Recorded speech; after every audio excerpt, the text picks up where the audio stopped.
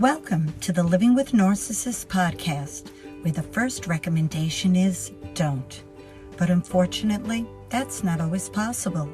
So this is your haven for validation, insight, strategies, and resources. So let's get started.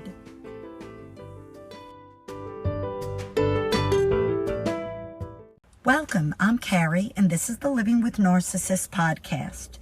In the last episode, we talked about the 4 subcategories of cluster B personality disorders: antisocial personality disorder, borderline personality disorder, histrionic personality disorder, and narcissistic personality disorder.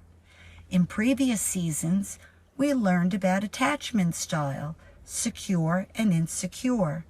We also distinguish between an attachment issue and an attachment disorder, which we understand is on a continuum, a sliding scale from mild to pathological. In personality pathology, dimensional models of personality disorders, the continuum, help us to conceptualize the facets of personality disorders. A dimension refers to a continuum on which an individual can have various levels of a characteristic. So if you're diagnosed with antisocial personality disorder, you can have a pattern of manipulative, exploitive behaviors like lying to avoid blame, or a pattern of manipulative, exploitive behaviors to steal from people. Big difference, right? This contrasts with a categorical approach in which an individual does or does not possess a characteristic. According to dimensional models, personality disorders are classified according to which characteristics are expressed at which level. So the scale, which denotes the level of severity, goes from 0 up to 4. So 0, 1, 2, 3, 4. So there are 5 levels. Level 0 means that you do not have a personality disorder because you don't meet the criteria for any personality disorder. If you are at a level 1 of severity, you have a personality difficulty, which means that you meet the sub-threshold criteria for one or several personality disorders. If you're at a level 2, you have a simple personality disorder, which means that you meet the criteria for one or more personality disorders within the same cluster. Number 3, level 3, is considered to be a complex personality disorder because it meets the criteria for one or more personality disorders within one or more cluster.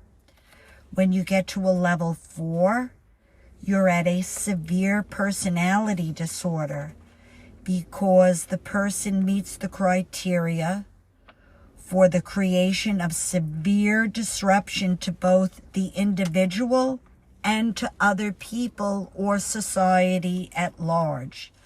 Now, some of these only have one diagnosis, but others have several different categories of disorder, and that is called comorbidity.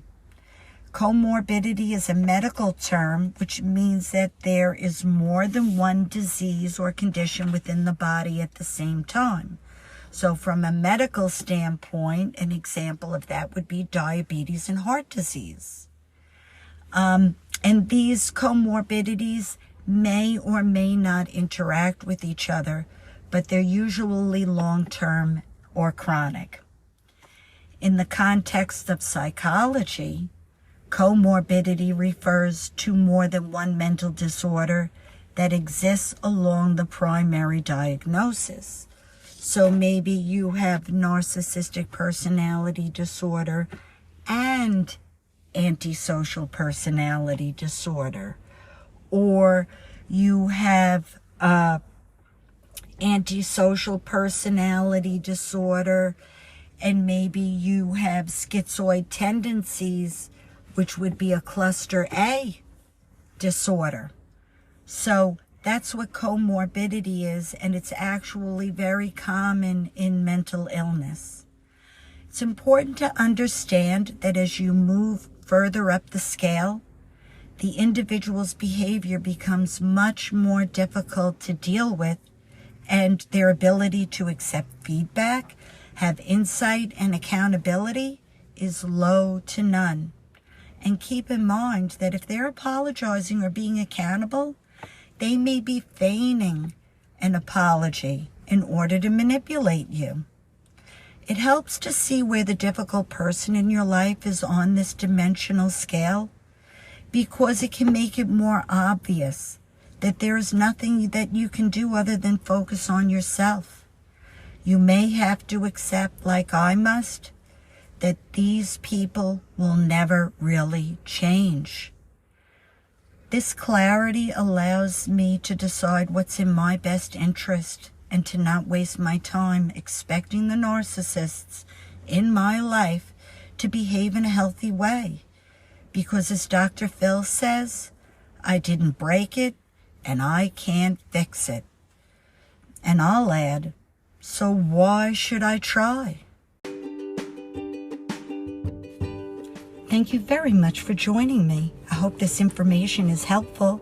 If you like my content, please choose to follow, subscribe, or provide a rating so I can share this information with more people and you don't miss out on future episodes. I look forward to sharing more in the future. Have a wonderfully peaceful day. Till next time.